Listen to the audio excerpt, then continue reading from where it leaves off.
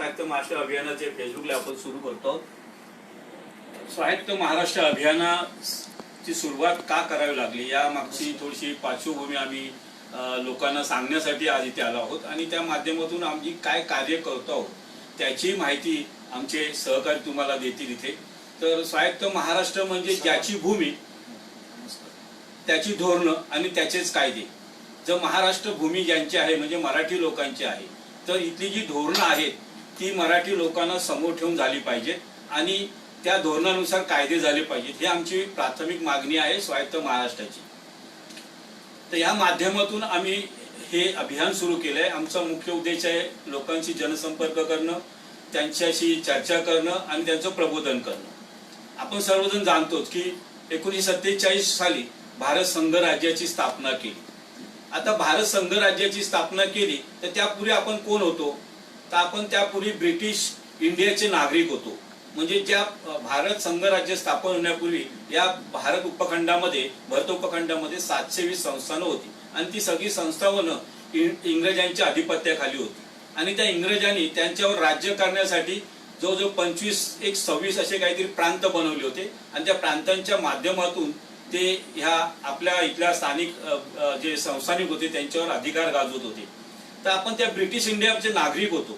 त्याच्यानंतर ब्रिटिश निघून गेले, त्याच्यानंतर आपण हा प्रांत आपल्या ताब्यात घेतला। त्यावेळेच्या राज्यकर्त्यांनी या ब्रिटिश इंडियाची जी हे होती रचना होती ती जशीच्या तशी स्वीकारली आणि भारत संघ राज्य स्थापन केलं। पण 1953 साली आंध्र प्रदेशमध्ये एक मोठं आंदोलन झालं आणि त्याचा प्रभाव झाला आणि त्यावेळेच्या राज्यकर्त्यांना या जे ब्रिटिशांची प्रांत रचना होती त्या प्रांत रचनेला भाषावर प्रांत रचना करण्याचे त्यांनी संकेत दिले आणि 1956 साली भाषावर प्रांत रचनेनुसार सीमा झाल्या। म्हणजे आता आपण ज्या भारत संघ राज्यात राहतो ते संघ राज्य हे भाषावर प्रांत रचनेनुसार झालेलं आहे आणि ह्या भाषावार प्रांत रचनेमध्ये जी काही 28 राज्य आणि काही टेरिटरी आहेत त्यापैकी महाराष्ट्र एक राज्य आहे। महाराष्ट्र राज्य होण्यासाठी म्हणजे मुंबईसह महाराष्ट्र राज्य होण्यासाठी आपण एक संयुक्त महाराष्ट्राचा आंदोलनाचा लढा दिला, कारण मुंबईवर ते अनेक जण हक्क सांगू लागले होते। तर त्या हक्कांच्या विरोधात आपण मुंबई मिळवण्यासाठी 107 जणांचं बलिदान दिलं, संयुक्त महाराष्ट्राचं आंदोलन झालं आणि मुंबई आपणास मिळाली। एका रक्तरंजित आंदोलनानंतर महाराष्ट्र मुंबईसह राज्य होऊन पुढे आलं। या 60-65 वर्षाच्या कालखंडामध्ये बरेच पाणी वाहून गेले। मराठी लोकांचा असलेला टक्का आपण आता पाहतोय की हळूहळू घसरलाय। जर आपण 2011 सालची जनगणना पाहिली महाराष्ट्र राज्याची तर त्यामध्ये 31% मराठी लोक या महाराष्ट्र राज्यात होते, आपण 69% होतो। आज 2025 आहे, जवळजवळ 13-14 वर्षाचा काळ निघून गेलाय आणि या कालखंडामध्ये अमराठी टक्का 31 वरून 40% झालाय आणि पुढील 10-15 वर्षांमध्ये तो 50% पर्यंत झालेला असेल। कारण आता जे महाराष्ट्रामध्ये 40% म्हणजे जवळजवळ 3.5 करोडच्या वर लोक राहत आहेत, त्यांची मुलं इथं वाढत आहेत, त्यांची कुटुंब इथे वाढत आहेत आणि अधिक नवीन लोक महाराष्ट्रामध्ये रोजगारासाठी येत आहेत। त्यांचा वाढण्याचा टक्का 2 प्रकारे वाढतोय, एक नवीन येणारे लोक आणि इथे वाढणारे त्यांची कुटुंब आणि त्याचे प्रतिबिंब आपण आज महाराष्ट्रामध्ये मुंबई पुण्यामध्ये पाहतो की मराठी लोक कसे मराठी लोकांना हात उचलू लागले, मराठी बोलणार नाही असे सांगू लागले।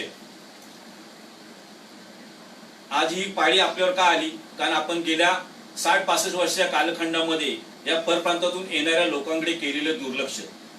सुरुवातीला एक गरज म्हणून आपण त्यांना घेतलं, कारण रोजगारासाठी महाराष्ट्राच्या व्यतिरिक्त अजून जास्त रोजगार होते, आपण त्यांना भारतीय म्हणून स्वीकारलं। पण भारतीय म्हणत आज 40% लोक 3.5 करोड पेक्षा जास्त लोक महाराष्ट्रात आले। येणारा काळ आपल्या दृष्टीने फार कठीण असणार आहे आणि या सगळे मुद्दे लोकांपर्यंत पोहोचवण्यासाठी या मुद्द्यांवर चर्चा करण्यासाठी आम्ही स्वायत्त महाराष्ट्र अभियान सुरू केले आहे। पुन्हा सांगतो, स्वायत्त महाराष्ट्र अभियान म्हणजे ज्याची भूमी त्यांची धोरणं आणि त्यांचे कायदे। जर महाराष्ट्र भूमी आमची असेल तर इथली धोरणं मराठी माणसाला समोर ठेवून झाली पाहिजेत आणि त्यानुसार कायदे झाले पाहिजेत। असं प्रत्येक राज्यामध्ये घडलं पाहिजे आणि त्यासाठीच आम्ही स्वायत्त महाराष्ट्र अभियान मराठी लोकांना जागृत करण्यासाठी सुरू केलेलं आहे। तर ह्या स्वायत्त महाराष्ट्रामुळे मराठी लोकांवर काय फरक पडणार आहे, त्यांच्या जीवनमानावर काय फरक पडणार आहे याची माहिती थोडक्यात तुम्हाला आमच्या सोबत उपस्थित असलेले सुमित पाटील तुम्हाला देतील। नमस्कार, माझं नाव सुमित पाटील।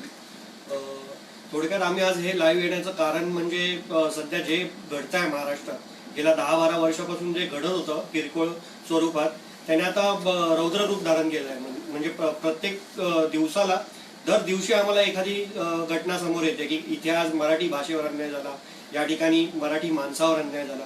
तर आम्ही गेले 10-12 वर्ष म्हणजे मराठी भाषेसाठी तक्रारी वगैरे प्रमोद सरांच्या माध्यमातून, साळुंखे सरांच्या माध्यमातून करतच होतो. विविध ठिकाणी आंदोलनं घेत होतो, सगळं चालू होतं.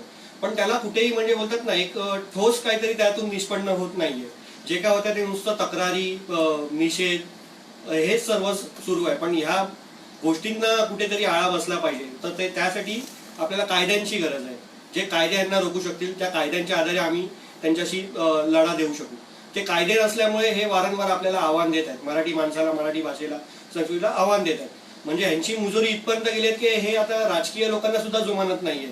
हे बाहेरून आलेले लोक जे पोट भरायला आले तिकडे, ते आता राजकीय नेत्यांना, मोठमोठ्या नेत्यांना सुद्धा आव्हानं देत आहेत. एवढी यांची मजल गेलेली आहे. तर स्वायत्त महाराष्ट्र जी आम्ही मागणी करतोय त्याचा मूळचा म्हणजे गाभा आपल्या भारतीय संविधानातच लिहिलेला आहे, राज्यघटनेतच लिहिलेला आहे, जी डॉक्टर बाबासाहेब आंबेडकरांनी आमच्यासाठी लिहिलं. त्यातच दिलंय की भारत हे संघराज्य आहे, हा देश किंवा राष्ट्र नाहीये. बरोबर? कारण राष्ट्र आणि देशाची व्याख्या काय असते की ज्याची एक भाषा असते, एक संस्कृती असते, एक भूगोल असतो, एक इतिहास असतो. पण भारतात तसं नाहीये. भारतात विविध भाषिक जी राज्य आहेत त्यांचे आकारमान आपण लक्षात घेतले तर युरोपियन संघात जे राष्ट्र आहेत, एक एक फ्रान्स घ्या, जर्मनी घ्या, किंवा आपण या साईडला आशियामधील जपान घेऊ शकतो. म्हणजे आपण प्रगत राष्ट्रांचंच उदाहरण घेतोय याच्यामध्ये. तर ती महाराष्ट्राच्या आकारमाना एवढीच आहे. इव्हन काय काय म्हणजे राष्ट्र तर महाराष्ट्रापेक्षा लहान आहे. इंग्लंड बघायला गेलं तर आज ज्यांची भाषा जगभर आपण जागतिक भाषा म्हणून स्वीकारली ती, तो अक्षरशः म्हणजे खूप लहान देश आहे. पण त्यांनी त्यांची भाषा जिथे राहील तिथे नेली, त्यामुळे ती पसरली. आणि आमचं महाराष्ट्रात काय झालंय की आम्ही मराठी लोकच म्हणजे महाराष्ट्रातच मराठी बोलायला आम्ही कचरतोय हे बाहेरून आलेल्या लोकांसोबत. त्यामुळे ती भाषा हळूहळू संकुचित होत चालली. जी एकेकाळी भारतात म्हणजे 3ऱ्या क्रमांकावर असलेली भाषा जगात 10व्या स्थानी होती, ती आता 13व्या स्थानावरती घसरलेली आहे. आणि भविष्यात हे घसरण होतच राहणार आहे. जर आम्ही आता जागरूक नाही झालो, त्यासाठी कायदे नाही केले काही ठोस, तर ते घसरण होतच जाणार. आणि भाषा केव्हा वाढेल? जेव्हा ती व्यवहारात वापरली जाईल, जेव्हा तिच्यामुळे लोकांचं अडेल, तेव्हा ती वाढेल. असं नाही की आम्ही फक्त घरातच मराठी बोलू आणि बाहेर म्हणजे आम्ही ज्या ठिकाणी नोकरी करतोय, व्यवसाय करतोय, रोजगाराच्या ठिकाणी आम्ही जर ती नाही वापरली तर ती अडगळीत पडणार आहे. मग ती एक आपण एखाद्या सणाला कसं पारंपरिक आमची जी वेशभूषा आमची कायमस्वरूपी होती ती आम्ही आता फक्त आमच्या पारंपरिक सणालाच घालतो की मराठी मोळा आमचा वेशभूषा वगैरे असं समजून, तसं ते भाषेचं पण राहणार आहे. म्हणजे जे आपण दिवस साजरे करतो ना, मराठी भाषा गौरव दिन किंवा राजभाषा दिन वगैरे, तर तेवढ्यापुरती मर्यादित राहील ती भाषा. जर आम्ही व्यवहारात आणि ह्याच्यात नाही वापरली, शिक्षणात ती नाही वापरली, तर त्यासाठी आपल्याला स्वायत्त महाराष्ट्र पाहिजे. आणि स्वायत्त महाराष्ट्र जर झाला तर आपल्याला जे आता भारतीय म्हणून 135 कोटी लोकांसोबत स्पर्धा करावी लागते कुठल्याही गोष्टीत घ्या. मग तुम्ही ते आरोग्य असेल, शिक्षण असेल, रोजगार असेल किंवा उद्योगधंदे असेल, आमच्यावरती या 135 कोटी लोकांचा बोजा आलेला आहे. त्यांच्यासोबत आमच्या मुलांना आणि भविष्यातील पिढ्यांना पण हे करायचे, स्पर्धा करायचे. तर जर महाराष्ट्र स्वायत्त झाला किंवा इतर राज्य सुद्धा स्वायत्त झाली तर त्या भाषिक राज्याचे जे हक्क आहेत ते अबाधित राहतील. त्यांना त्यांच्या राज्यातील जी लोक आहेत, जी लोकसंख्या आहे त्यांच्याशी स्पर्धा करावी लागेल. आता महाराष्ट्राची साधारण लोकसंख्या आपण पकडू 12 कोटी आहे. त्या 12 कोटीमध्ये 4 कोटी जवळजवळ अमराठी लोक आहेत, परप्रांतीय लोक आहेत. तर ते आमचे हक्क मारतात ते आमच्या राज्यात येऊन. प्लस अजून रोजच्या रोज नवीन लोंढे येतात ते वेगळेच. आणि सरांनी सांगितल्याप्रमाणे आता सध्या स्थितीला 40% त्यांची संख्या झाली आहे. ही त्यांनी 10 वर्ष सांगितली, पण मी तर सांगतो जे मी बघतो, जी रेल्वे स्थानक जिथून बाहेरून मेलगाड्या येतात परराज्यातून, त्या स्थानकांवरची जर आपण परिस्थिती पाहिली सकाळी किंवा तुम्ही त्या गाड्या जेव्हा येतात त्या वेळेत तिकडे तुम्ही जाऊन उभे राहा. अक्षरशः जत्तेच्या जत्ते म्हणजे बोलतात ना, एका गाडीतून किमान कमीत कमी 2 ते 3 हजार जत्ते बाहेर पडतात. ते मुंबईत, महाराष्ट्रात पसरले जातात. ते कुठे जातात, काय करतात, याचं कुठल्याही प्रशासनाचं याच्यावरती कसलंही कंट्रोल नाहीये. त्यामुळे ही भविष्यात परिस्थिती म्हणजे बोलतात ना खूप बिकट होत जाणार आहे. आणि जोडीला ह्या परप्रांतीयांच्या बांगलादेशी सुद्धा आलेले आहेत, रोहिंग्या आलेले आहेत, म्यानमार मधले ते जे आहेत ते आलेले आहेत, नेपाळी तर येतातच आहेत. आम्ही त्यांना आधीच सामावून घेतलंय, पण तो एवढा उपद्रवी समाज नसल्यामुळे आम्ही त्याकडे कधी फारसं दुर्लक्ष केलं नाही. पण हे जे लोक आहेत हे इथली सामाजिक जी परिस्थिती आहे ती बिघडवणारी कामं करतात. कारण का दंगलीमध्ये बोला, तुम्ही इतर गोष्टींमध्ये बघा, या लोकांचा टक्का जास्त आहे. त्यामुळे हे कुठेतरी रोखण्यासाठी आम्हाला स्वायत्त महाराष्ट्र पाहिजे. त्या अंतर्गत आम्ही विजा कायदा म्हणा किंवा इतर जे डोमेसाईल आम्ही अधिवास धोरण म्हणतो ते सध्या आपलं आहे 15 वर्ष जो कोणी वास्तव्य करेल इकडे त्याला ते दिलं गेलंय. तर ते अत्यंत चुकीचं आहे. आमचं म्हणणं आहे की जे 1960 पूर्वीपासून इथे राहत आहेत त्यांनाच ते दिलं गेलं जावं. बाकी जे लोक येतात त्यांना रोजगारासाठी आम्ही नाही म्हणत आहे, पण त्यांना विजा दिला जावा जसं बाहेरच्या राज्यात दिला जातो. दुबईमध्ये तुम्ही आजही बघा, सौदी किंवा दुबईमध्ये आपले जे लोक जातात, असंख्य लोक जगभरातून जातात तिथे कामासाठी, तिथे राहतात वगैरे, सगळं व्यवस्थित सुरळीत चाललंय, पण त्यांना तिकडचं नागरिकत्व दिलं जात नाहीये. मग त्यामुळे त्यांच्या दुबईच्या अर्थव्यवस्थेवर काय परिणाम झालाय का? नाही झालाय. त्यांचा विकास चालूच आहे. उलट त्यांच्याकडे प्यायला पाणी नाहीये, फक्त खनिज तेलाच्या याच्यावरती, आणि पर्यटन म्हणजे वाळवंटात ती लोक पर्यटन फुलवून जर एवढा विकास साधू शकत असतील तर महाराष्ट्र हा तर संपन्न आहे सर्व बाबतीत. म्हणजे आर्थिक म्हणा, तुम्ही भौगोलिक म्हणा, ऐतिहासिक म्हणा, सर्वच बाबतीत आम्ही संपन्न आहोत. मग आम्ही या बिमारू राज्यांबरोबर किती वर्ष स्पर्धा करायची आणि त्यांच्या बोलतात ना त्यांचा भार किती वर्ष आम्ही स्वतःवरती घ्यायचा? जर स्वायत्त महाराष्ट्र झाला तर आम्हाला आमच्या पुरतं जी आमची महाराष्ट्राची सीमा आहे त्या सीमेत जे आमचे मराठी भाषिक राहतात त्यांच्या बरोबरच स्पर्धा करावी लागेल. त्यामुळे आमच्या संधी वाढतील आमच्या मुलांच्या. आणि सध्या बेरोजगारी वगैरे हे विषय खूप गंभीर बनत चालले. आणि महाराष्ट्र शासन जे आहे, जे पालक आहेत आमचे मराठी राज्याचे पालक कोणतं? महाराष्ट्र शासन. आणि ते या संदर्भात कायदे करायला कचरत आहेत का? तर त्यांचे जे पक्ष आहेत किंवा काय आहेत ते मतदार आहेत त्यामुळे ते घाबरत आहेत.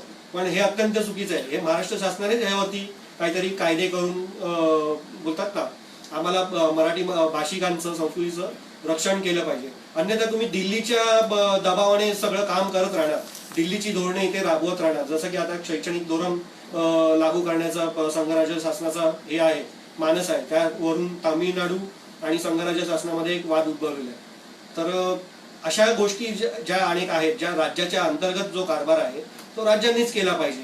मग त्यात संघराज्य शासन का ढवळाढवळ करते हे आमचं मत आहे. संघराज्य शासनाने का बघावं? जी भारताची सीमा आहे, भारतीय संघराज्याची जी सीमा आहे त्याचं संरक्षण बघा तुम्ही, किंवा राज्यातील जे तंटे आहेत त्याच्यावरती तुम्ही काम करा. पण राज्याच्या अंतर्गत कारभार कसा करायचा हे राज्य ठरवतील ना. मराठी भाषेचा, मराठी संस्कृतीचं जे काही करायचं आहे त्या भाषिकांसाठी करायचं आहे ते महाराष्ट्र शासन आहे ना, आमचं मंत्रिमंडळ आहे, सगळं आहे. मग त्यासाठी आम्ही एक्स्ट्रा पैसे का घालवायचे? आता जी खासदार संख्या येणार आहे परत ती लोकसंख्या वाढीनुसार येणार आहे. तर त्याच्यात काय लिहिलंय की ज्यांची लोकसंख्या जास्त त्यांचे मतदारसंघ जास्त. आता आधीच उत्तरेतल्या राज्यांना, हिंदी भाषिक राज्यांना एवढे खासदार दिलेले आहेत की ज्यामुळे आमच्या खासदारांचा काही परिणामच होत नाही कुठल्या धोरणामध्ये. विरोधाचा म्हणजे बोलतात ना आमचा परिणामच होत नाही, कारण त्यांची जेवढी संख्या त्याच्यावरतीच हे निवडून येतात पक्ष, राजकीय पक्ष. त्यामुळे आम्हाला आमच्या मागण्यांना आणि यांना सरळ दुकान लावलं जात आहे. आणि आता नवीन जे येणारे कायदे आहेत त्याप्रमाणे अजून त्यांची संख्या दुप्पट तिप्पट होणार आहे. आणि जे दक्षिणेकडची राज्य आहेत त्या काही राज्यांची खासदारांची संख्या कमी होणार आहे. महाराष्ट्राची कमी नाही होत आहे, पण जी वाढते ती पण निव्वळ आहे, म्हणजे नाममात्र आहे जी वाढ होणार आहे खासदारांच्या संख्येत. त्यामुळे आपल्याला हे दोन महत्वाचे विषय आहेत, याच्यावरती लढा उभारावा लागेल. जसं तामिळनाडूने त्यांच्या इथे विरोध चालू केला, त्यांनी दक्षिणेच्या राज्यांची एक आघाडी बनवायला घेतली आहे, तसं महाराष्ट्रातून मला काही होताना दिसत होत नाही. म्हणजे आमचे विरोधी पक्ष सुद्धा झोपलेले आहेत या प्रश्नावरती, आणि सत्ताधारी तर दिल्लीवरून जो आदेश येईल तेच ऐकतात. त्यामुळे आम्ही जायचं कोणाकडे? आम्ही कोणाकडे न्याय मागायचा? तर मग शेवटी आता आम्हाला सामान्य माणसातून ही अभियान सुरू करावं लागलं. कारण का संघटना भरपूर आहेत मराठीसाठी भांडणाऱ्या वगैरे, तक्रारी करणाऱ्या, पण ठोस त्याच्या मुळाशी जो उपाय करू शकेल अशी दूरदृष्टी कुठलीही संघटना बाळगताना दिसत नाहीये. ते आता प्रमोद सरांनी आम्हाला तो दृष्टिकोन दिला, साळुंखे सरांनी दिला, माझे काही विचार होते एवढे दिवस जे मी एकटा मांडत होतो, पण हे लोक मला सोबतीने भेटलेले बाकीचे अनेक सहकारी आहेत त्यांच्या सोबतीने मग आम्ही ठरवलं की आपण त्या मुळाशी जाऊया. जे मराठी भाषेचे हक्क अधिकार आपल्याला वाचवायचे आहेत त्याच्या मुळाशी जाण्यासाठी आपल्याला अनेक कायद्यांची गरज आहे. तर ते कायदे आता आपल्याला साळुंखे सर सांगतील की आम्ही जे कायदे अभ्यास करून बनवलेले आहेत, ज्या आमच्या मागण्या आहेत ते तुम्हाला साळुंखे सर सांगतील, ऍडव्होकेट आहेत ते तुम्ही बोलतील. उपस्थित सर्व ऑनलाईन राहणाऱ्यांना आणि आपले हे बोलणं ऐकणाऱ्यांना सर्वांना जय महाराष्ट्र, जय शिवराय. आज आपण स्वायत्त महाराष्ट्र अभियान या अंतर्गत ऑनलाईन येण्याचं कारण, गेले वर्षभर आपण हे अभियान राबवतोय, तळागाळात लोकांपर्यंत पोहोचण्याचा प्रामाणिक प्रयत्न करतोय. काही सही मोहिमे असतील, लोकांपर्यंत भेटीगाठी असतील, या माध्यमातून आम्ही पोहोचण्याचा प्रयत्न करत होतो. मागच्या महिन्यात आपण आझाद मैदानमध्ये धरणे आंदोलनही, एक दिवसीय धरणे आंदोलनही घेतलं होतं. आणि त्या अंतर्गत आपण आपल्या मागण्या ज्या आहेत त्या संबंधित जी मंत्री आहेत त्या मंत्र्यांना आपण पत्रही पाठवलं होतं, त्यांच्या भेटीची मागणीही केली होती. आझाद मैदानला धरणे आंदोलन केलं त्या दिवशीही आपण मुख्यमंत्र्यांना पत्र पाठवलं होतं. पण त्या दिवशी किंवा त्यानंतरही आजपर्यंत आपल्याला कुठल्याही मंत्र्यांनी मुख्यमंत्र्यांनी कुठल्याही शासकीय कार्यालयामधून आपल्याला संपर्क केला गेलेला नाही. हे अभियान चालवत असताना सर्वात महत्वाचं आपल्याला लागणार आहे हे लोकांचं पाठबळ. कारण हे महाराष्ट्र म्हणून जेव्हा आपण विचार करतो, जगाच्या पाठीवर कुठल्याच अशा राज्याला पुढे राष्ट्र हा शब्द नाहीये. याचा अर्थ आपले महाराष्ट्र जगाच्या पाठीवर देशाच्या पलीकडे अस्तित्व असलेले हे राष्ट्र आहे. आणि त्याच अंतर्गत आपण हे आजचं लाईव्ह घेण्याचं कारण हेच आहे, लोकांपर्यंत प्रामाणिकपणे पोहोचण्याचा प्रयत्न आहे. थोडक्यात मी आपल्या ज्या मागण्या आहेत त्या तुम्हा सर्वांसमोर सांगतो. सर्वात महत्वाची आणि पहिली मागणी आपली आहे मराठी भाषा. मराठी भाषा म्हणजे काय की आपली जी ही राज्यभाषा आहे, महाराष्ट्रातली भाषा आहे, तर कुठल्याही राज्यामध्ये धोरण जे असतं हे त्रिभाषा ते लाभवलेलं आहे, ते आपल्याला मंजूर नाहीये. आपल्याला महाराष्ट्रामध्ये द्विभाषा हे धोरण स्वीकारण्यासाठी आपण सरकारकडे विनंती करत आहोत आणि तसा कायदा करण्याची आपण विनंती करतोय. मराठी भाषेचा वापर सार्वजनिक ठिकाणी अनिवार्य करणारा कायदा करण्यासाठी सुद्धा आपण मागणी करतो आहोत. कारण आता जे वाद होत आहेत रस्त्यावर हे यातूनच होत आहेत. कारण सार्वजनिक ठिकाणी भाषा अनिवार्य नसल्यामुळे आज बाहेरून आलेले लोक 20-20 वर्ष राहून मराठी बोलत नाहीये आणि आता मग आपल्या लोकांना सांगतायत की तुम्ही हिंदी बोला म्हणून. तर जर सार्वजनिक ठिकाणी मराठी भाषा जर अनिवार्य झाली तर यांना मराठी शिकावी लागेल आणि मराठी बोलावी लागेल. त्यामुळे वाद होणार नाही आणि जर कायदा झाला नाही तर याच्या पुढे मोठ्या दंगली होण्याच्या शक्यता आहे त्या भाषेवर. आणि त्याच अनुषंगाने समजा एखादी मराठी भाषेबद्दलची काही तक्रार असेल तर त्या तक्रारींना न्याय देण्यासाठी आपण एक खिडकी योजनेअंतर्गत मराठी भाषा विकास प्राधिकरण स्थापन करावे असे सरकारकडे मागणी करतोय. सर्वात महत्वाचं आहे ते, कारण कुठल्याही पातळीवर मराठी भाषेबद्दल काही तक्रार असेल तर आपल्याला खेटेच घालावे लागतात किंवा असं काहीतरी गळचेपीच आपल्याला दिसून येते. काय होते की आपण जर तक्रार करायला गेलो तर कुठे तक्रार करावी हे सामान्य मराठी माणसाला माहित नसते. मग तो कुठच्या एखाद्या कामगार कायद्याची तक्रार मग तो गृहनिर्माणला करतो किंवा मराठी भाषा, पूर्वी मराठी भाषा विभाग तक्रारी घ्यायचं, आता मराठी भाषा विभागाने पण तक्रारी घ्यायचं बंद केलं आणि ते सांगतात तुम्ही त्या कामगार जिल्हाधिकाऱ्यांना सांगा, त्या कामगार मंत्र्याला सांगा, म्हणजे त्या मंत्र्याला तुम्ही तक्रारी करा असं मंत्रालयाकडून सांगितलं जाते मराठी भाषा. म्हणून कुठेतरी तक्रार एकाच ठिकाणी आली पाहिजे म्हणून आपण ते न्यायिक मागतो आणि त्या न्यायिक झाल्यामुळे तिथे तो न्यायाधीश असणार आहे आणि त्या तक्रारीचा तो पाठपुरावा करून योग्य ती तिथं शिक्षेची प्रणाली तयार करणार आहे म्हणून आपण ते न्यायिक मागतो. आणि कमीत कमी पर्याय मराठीला असेल तर सगळ्यांना मराठी वापरावी लागेल, शिकावी लागेल, बोलावी लागेल. नंतर महाराष्ट्र राजभाषा अधिनियम नुसार त्यांच्या अखत्यारीतील जे काही महामंडळे असतील, प्राधिकरण असतील किंवा संस्था असतील तर त्यांच्या कामकाजामध्ये मराठी भाषेचा वापर हा अनिवार्य असावा. तसे कायदे किंवा तसे नियम जे आहेत ते आदेश हे सरकारने द्यावेत आणि तसा कायदाही करावा जेणेकरून. आणि सर्वात महत्वाचं मुंबई सारख्या ठिकाणी गृहनिर्माण संस्थांमधील ही कामकाज मराठी भाषेतूनच झालं पाहिजे किंवा उद्योगाची भाषा ही मराठीच असावी महाराष्ट्रामध्ये, हे महत्वाचं आहे. आणि तसा कायदा करण्याची आपण महाराष्ट्र सरकारला विनंती करत आहोत. आपण गृहनिर्माणचा जो विषय घेतलाय ना त्याचा अर्थ की तुम्ही जो व्यक्ती इथं 15 वर्ष राहतो त्याला आपण अधिवास देतो, म्हणजे तो इथला अधिवास घेतो. मग त्याने जर महाराष्ट्र या मराठी भाषक राज्याचं जर अधिवास घेतला असेल तर त्याला इथली स्थानिक भाषा आली पाहिजे. आणि तुम्ही महाराष्ट्रामध्ये जर प्रॉपर्टी घेता, घर घेता, तर तुम्ही इथलं तुमचं जे सरकारशी निगडीत कामकाज आहे ते तुम्हाला मराठीतच केलं पाहिजे. तुम्ही जरी तुमच्या गृहनिर्माण सोसायटीमध्ये सगळे गुजराती असाल, हिंदी भाषिक असाल आणि तिथं तुम्ही तुमच्या भाषेमध्ये त्यांच्या भाषेमध्ये जर कामकाज करत असाल आणि उद्या काय अडचण आली तर तो उपनिबंध जर तिथं तपासायला आला तर तुमच्या भाषेतलं तो त्याला वाचायला आलं पाहिजे ना. तो तर मराठीमध्ये वाचणार, तो काय तुमच्या गुजराती किंवा हिंदी किंवा इंग्रजीमध्ये वाचणार आहे का उपनिबंध? मग कुठेतरी याच्यावर निर्बंध आले पाहिजेत की तुम्ही सोसायटीचं कामकाज पण मराठी झालं पाहिजे. तुम्हाला कामगार विभागाची पण मागणी करतो. ऐकू येत नाही काहीच. सगळे बोलतात आवाज येत नाही. नेटवर्कचा प्रॉब्लेम जसे फेसबुक हे करतात. आवाज येतोय का? आवाज विचित्र येतोय, बोलतायत आवाज येत नाही. साहेब थांबा. हॅलो, आता येतोय का आवाज? हॅलो,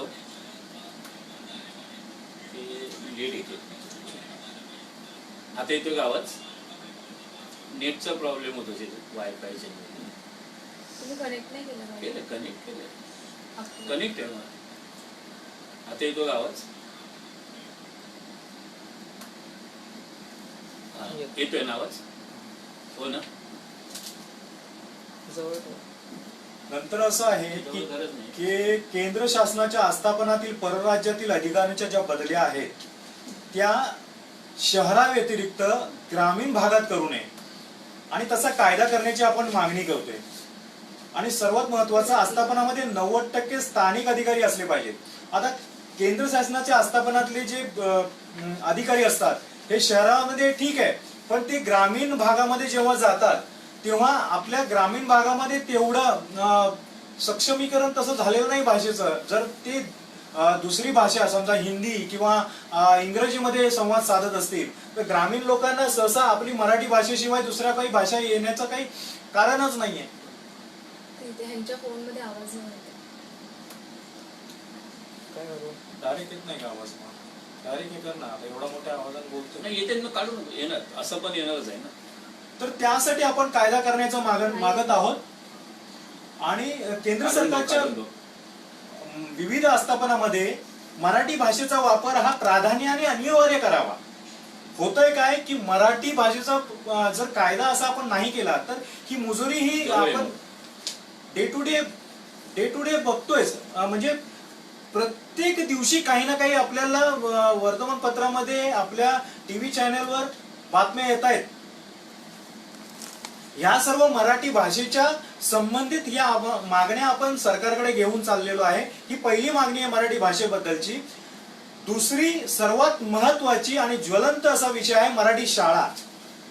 मराठी शाळा सक्षम करण्यासाठी, सक्षमीकरण त्या शाळेचं करण्यासाठी मराठी शाळांना भरीव अनुदान मिळावे पाहिजे आणि तसेच वेतनेतर अनुदानही मिळाले पाहिजे असा आपण सरकारला, या महाराष्ट्र राज्याच्या सरकारला आपण ती मागणी करत आहोत. मराठी शाळांच्या बृहत आराखड्यावरील बंदी उठवावी. बृहत आराखडा, नवीन मराठी शाळांना आवश्यकतेनुसार मान्यता द्यावी. मराठी शाळांमधील शिक्षक किंवा शिक्षकेतर कर्मचारी जे आहेत त्यांची रिक्त जागा तातडीने भरावी. शिक्षकांना शैक्षणिक कामाव्यतिरिक्त इतर कामे देऊ नये. होतंय काय की आपलं कुठलंही मतदान असलं, मग ते राज्याचं असो, केंद्राचं असो किंवा आपल्या आता होऊ घातलेल्या ह्या महानगरपालिकेचं असेल, तर 50% काय 70-80% पेक्षा जास्त हे शिक्षकच त्या मतदानाच्या त्या कामाला लागलेले असतात.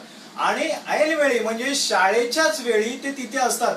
मग मुलांवर जर तुम्ही शिक्षक जर तिथे जर हे केलं, तुम्ही ड्युटी देत असाल, काम देत असाल, तर शाळेमध्ये शिकवणार कोण?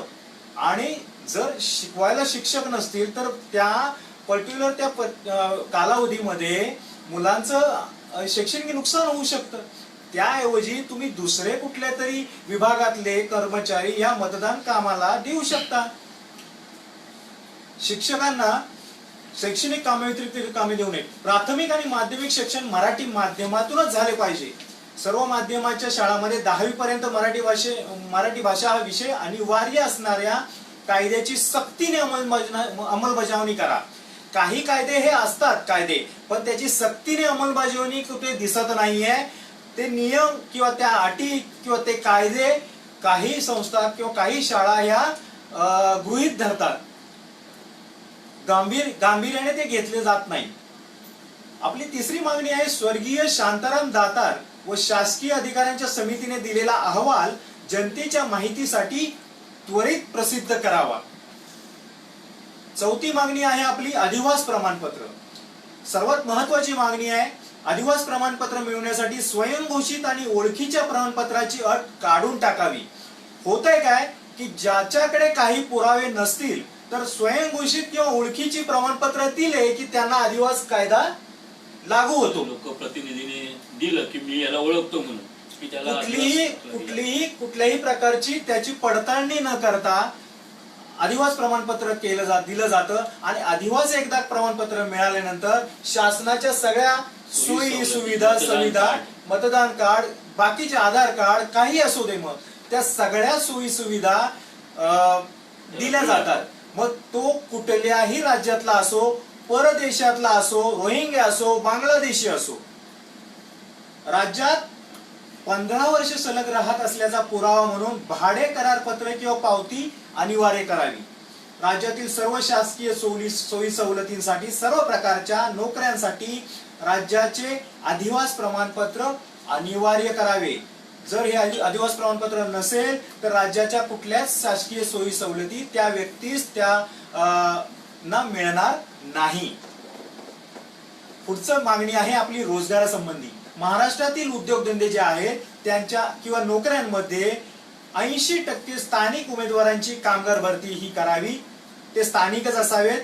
आणि हा जो शासन निर्णय आहे 80%चा, त्याऐवजी आपण 90% स्थानिक उमेदवारांची कामगार भरती असे कायद्यात रूपांतर करण्यास सांगतोय. नुसतं त्याला शासन निर्णय नकोय, त्या शासन निर्णयाचं कायद्यामध्ये रूपांतर जोपर्यंत होत नाही तोपर्यंत त्याची याच्यामध्ये अंमलबजावणी होणार नाही. विविध परवाने, महाराष्ट्र राज्यातील सर्व परवाने, उदाहरणार्थ रिक्षा, टॅक्सी, दुकाने, फेरीवाला परवाने स्थानिकांसाठी 100% राखीव असावेत. का? कारण हे जे बाहेरून आलेले आहेत त्यांना त्यांच्या राज्यामध्ये या सगळ्या गोष्टी करण्यासाठी त्यांना तिथे करू शकतात ना. ते इथे येणार, इथल्या रिक्षा, टॅक्सी परवाने, दुकाने, फेरीवाले, सगळे फेरीवाले परवाने घेणार आणि इथल्या भूमिपुत्रांचा हक्क ते काढून घेणार. म्हणजे जवळजवळ 70 ते 80% महानगरपालिकेमध्ये बाहेरून आलेल्यांना फेरीवाले परवाने देण्यात आलेले आहेत अशी माहिती मिळते. मग हे 100% स्थानिकांना राखीव असावे. पुढची मागणी आहे व्यवसाय आणि उद्योगाबाबतीत. व्यवसाय उद्योगात स्थानिकांची 52% भागीदारी अनिवार्य करावी. 50% पेक्षा जास्त 52% अनिवार्य करावी असा कायदा करावा. परराज्यातील सर्वात महत्वाचं संवेदनशील महत्वाची मागणी आपली आहे जी गरजेची आहे. परराज्यातील स्थलांतरित लोंढे, परराज्यातून महाराष्ट्रात येणारे लोंढे रोखण्यासाठी सक्षम कायदा करा. रोजच्या रोज 15 ते 20 ट्रेन येत आहेत वेगवेगळ्या राज्यातून आणि ते कुठे जात आहेत, कुठे राहत आहेत, काय पुरावे बनवतायत, काय करतायत, कोणाला काही फरक पडत नाहीये. आपला सर्वात महत्वाचा मागणीचा एक कमजोर हे म्हटलं तर शेतकरी. शेतजमिनी, शेतकऱ्यांच्या शेतजमिनी आहेत त्या विनाशेती करू नयेत असा कायदा आपण करण्याचं मागत आहोत.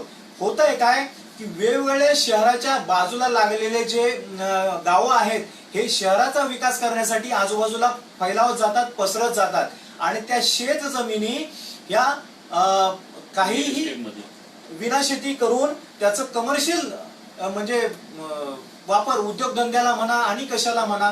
मग होणार काय आहे की हळूहळू का होईना शेतजमिनी ह्या कमी कमी होत जातील महाराष्ट्र राज्यातील आणि आपल्याला उद्या आपली जी गरज आहे, महाराष्ट्र लोकांना, भूमिपुत्रांना जी अन्नाची गरज आहे ती बाहेरून आपल्याला आयात करून घ्यावी लागेल. आयात करून घ्यावी लागेल जी आपण सक्षम आहोत आपल्या महाराष्ट्र पुरते. उद्या काय होणार, उद्योगधंद्याच्या नावाखाली जर या विनाशेती केल्या शेती जमिनी तर अवघड होऊन बसेल. म्हणून शेत जमिनी ह्या विनाशेती करू नयेत हा कायदा करावा. आणि शेत जमिनी सर्वात महत्वाचं म्हणजे परराज्यातील लोकांना विकण्यावर बंदी आणणारा कायदा करावा. आणि अजून एक महत्वाचं आहे आदिवासी जमीन. राज्यातील आदिवासी जमीन ही विक्रीवर बंदी आणावी. आदिवासी जमीन, आदिवासी लोकांना ती जमीन यासाठी देण्यात येते की त्यांचा उदरनिर्वाह व्हावा. काहीतरी एक आमिष दाखवून म्हणा किंवा काय, आदिवासी लोक मोस्टली समजा शिक्षित नसतात, काहीतरी स्थानिक कोणतरी प्रतिनिधी येऊन त्यांचं प्रलोभन देऊन ती जमिनी विकण्याचं ते ठाणा जिल्ह्यामध्ये किंवा पालघर जिल्ह्यामध्ये असं सर्रास होताना दिसून येतं. तर ते आदिवासी जमीन विक्रीवर बंदी आणायची यासाठी आम्ही कायद्याची मागणी या महाराष्ट्र सरकारकडे करत आहोत. अशा एकंदर 10 मागण्या घेऊन आपण मंत्रालयामध्ये पत्र दिलेलं आहे. भेटीसाठी आपण आमंत्रण म्हणजे पत्र दिलेलं आहे, विनंती पत्र दिलेलं आहे. अजूनही आम्हाला तसं काही तिथून आलेलं नाही आणि म्हणून आपण या फेसबुक लाईव्ह किंवा याच्या लाईव्हच्या माध्यमातून लोकांपर्यंत जाऊन हे सगळं मांडण्याचा आम्ही प्रयत्न करत आहोत. आजचा आमचा हा फेसबुक लाईव्ह घेण्याचा उद्देश हाच होता की स्वायत्त महाराष्ट्र अभियान आम्ही का सुरू केलं, या मागची पार्श्वभूमी तुम्हाला सांगायची होती. आम्ही थोडक्यामध्ये सांगितले, अजून बरेच विषय आहेत आणि ते विषय घेऊन आम्ही वेळोवेळी या फेसबुक लाईव्ह मध्ये येणार आहोत. तोपर्यंत आपणा सर्वांना जय महाराष्ट्र, मी मराठी. सर्वांनी स्वायत्त महाराष्ट्र या पेजला फॉलो करा. या पुढची अपडेट आपल्याला त्या अंतर्गत आपल्याला समजेल. स्वायत्त महाराष्ट्र म्हणून तुम्ही कुठेही फेसबुकवर वगैरे सर्च करू शकता. स्वायत्त महाराष्ट्र अभियान, प्रमोदम मी, या सर्व गोष्टींवर तुम्ही फॉलो करून पुढच्या. धन्यवाद.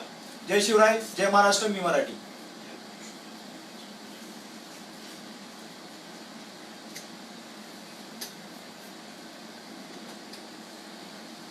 ते लाव तिथे.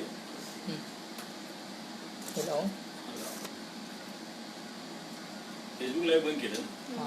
आता व्हिडिओ चालू होते. सेव्ह होतं.